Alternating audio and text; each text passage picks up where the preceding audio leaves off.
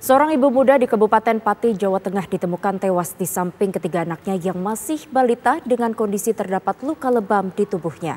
Berdasarkan hasil penyelidikan sementara, korban sempat terlibat cekcok dengan suaminya dan mengalami pemukulan di bagian kepala.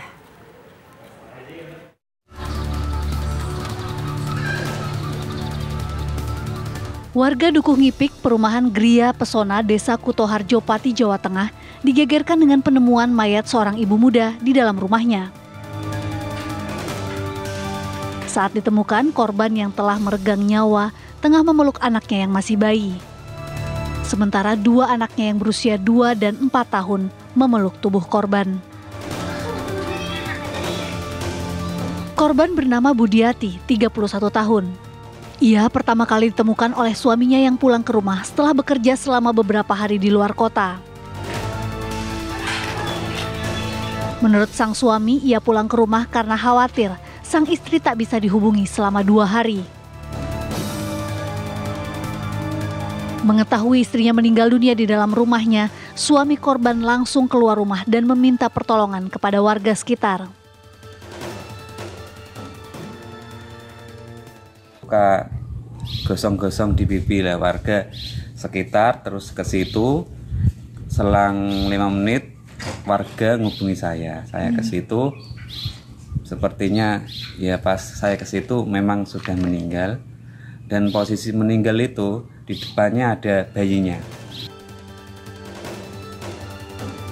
Berdasarkan hasil penyelidikan sementara, korban sempat terlibat cekcok dengan suaminya dan mengalami pemukulan di bagian kepala.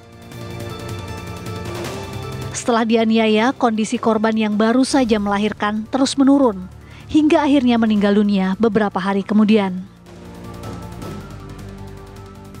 Jadi setelah kejadian penganiayaan itu, istrinya tidak langsung meninggal dunia, namun karena kondisi istri yang dalam keadaan pasca melahirkan dan juga dalam kondisi yang drop, tambah lagi dengan adanya luka-luka penganiayaan dari suaminya ini, sehingga menyebabkan kemudian si istri meninggal beberapa hari setelah terjadinya penganiayaan tersebut. Saat ini pelaku penganiayaan yang tidak lain adalah suami korban sudah diamankan polisi. Sementara ketiga anak korban yang masih balita dilarikan ke rumah sakit karena ketiganya dalam kondisi pucat dengan badan membiru akibat dehidrasi. Dari Pati, Jawa Tengah, Abdul Rohim, TV One mengabarkan. Untuk mengetahui informasi selengkapnya, kita sudah terhubung dengan Kasat Reskrim Polresta Pati, Kompol Onkoseno Gradiarso Sukahar.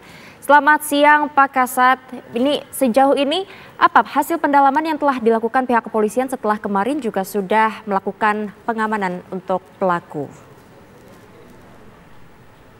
Ya, selamat siang Mbak. Jadi untuk setelah kita melakukan pemeriksaan kepada tersangka yaitu suami dari korban sendiri, itu juga sama seperti yang kita sampaikan kemarin, artinya memang si suami atau pelaku ini melakukan penganiayaan yang mengakibatkan luka dalam di kepala korban sehingga menyebabkan kondisi korban drop dan meninggal di hari Senin, Selasa.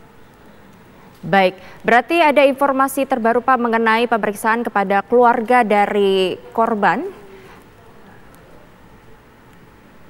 Ya, keluarga korban juga ada yang sempat mengunjungi di hari Sabtu dan di situ juga menerangkan adanya beberapa luka lebam. Ini artinya apakah memang kasus kekerasan ini sudah sering dialami korban? Kalau menurut dari rekan-rekan korban maupun dari tetangga-tetangga korban, memang sebelum-sebelumnya juga korban pernah curhat atau menyampaikan bahwa pernah dianiaya, pernah cekcok. Ya, Pak, kami mau memastikan lagi, artinya kematian korban ini akibat luka lebam yang dialami ya Pak ya. Lalu saat ini status dari suaminya apakah sudah ditetapkan sebagai tersangka? Ya, untuk suami atau pelaku ini sudah kami tetapkan sebagai tersangka dan saat ini kita tahan di Polresta Pati. Oke. Pak, lalu informasi dari warga sekitar atau dari RW, apakah memang dari pelaku ini juga kerap dikenal menjadi sosok yang kasar terhadap istrinya atau seperti apa, Pak? Ya, informasi yang kami terima juga demikian. Dari semenjak kami olah TKP awal di rumah korban itu sudah banyak dari warga sekitar yang menginformasikan. Baik, berarti memang kejadian ini sudah sering terjadi ya Pak ya untuk kekerasan di dalam rumah tangga, atau sudah disebutkan sudah berapa lama sebetulnya kekerasan ini dilakukan? Ya, sudah terjadi beberapa kali termasuk di awal bulan ya. Itu juga ada tetangga yang memberi kesaksian bahwa ada lebam-lebam di korban. Baik, lalu memang untuk dari pelaku dan korban ini sudah tinggal di rumah tersebut sudah lama Pak? Informasi dari tetangga sekitar baru ngontrak di situ baru 2 bulan, sebelumnya mengontrak di tempat lain. Untuk Baik. pelaku sendiri memiliki rumah di daerah lain. Baik, lalu untuk motif penganiayaan yang dilakukan pelaku seperti apa Pak? Ya, dari awal pemeriksaan dan sampai saat ini juga pelaku berulang kali dan menegaskan menyampaikan kepada kami bahwa pelaku emosi dan jengkel terhadap korban dikarenakan pelaku ingin mengecek HP korban namun dilarang. Baik, Jadi situ Pak. mungkin ada perasaan cemburu dan sebagainya. Baik, Pak, tadi sempat disampaikan bahwa ternyata pelaku memiliki tempat tinggal di tempat lainnya. Ini maksudnya seperti apa, Pak? Ya, jadi korban beserta anaknya kontrakan di lokasi kejadian tersebut. Nah, untuk si pelaku itu punya rumah di tempat lain. Jadi hanya misalnya beberapa hari tertentu nanti pelaku mengunjungi korban. Ya. Berarti pelaku ini kerap kali berpindah-pindah tempat tinggal begitu ya, Pak ya? Tidak selalu berada di rumah korban berada pada Iya, saat tidak kejadian. tidak selalu, ya. Oke. Dari hasil pemeriksaan, apakah pelaku terlihat menyesal dengan perbuatan yang akhirnya membuat korban menjadi meninggal dunia, Pak?